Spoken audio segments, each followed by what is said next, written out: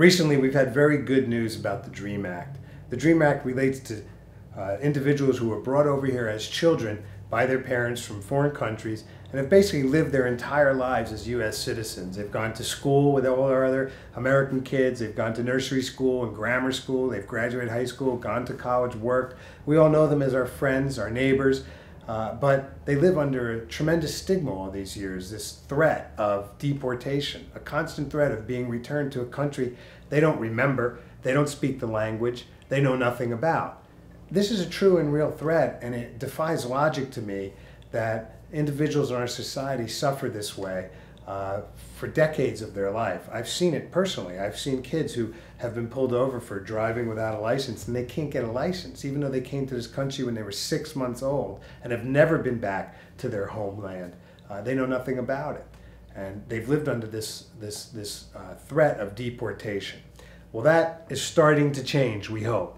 The new law, the new DREAM Act, doesn't give absolute citizenship, but it allows a gap. It allows right now a temporary relief of 2 years. There's certain requirements you have to follow or you have to satisfy in order to benefit from this.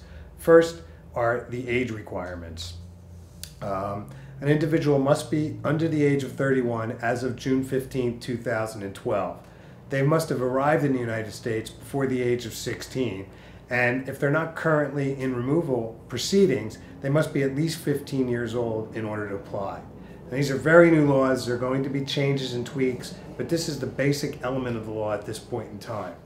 Another requirement is continuous presence in the United States.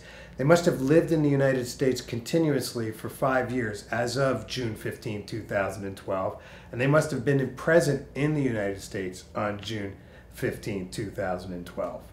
Another aspect of this law is that they have good moral character.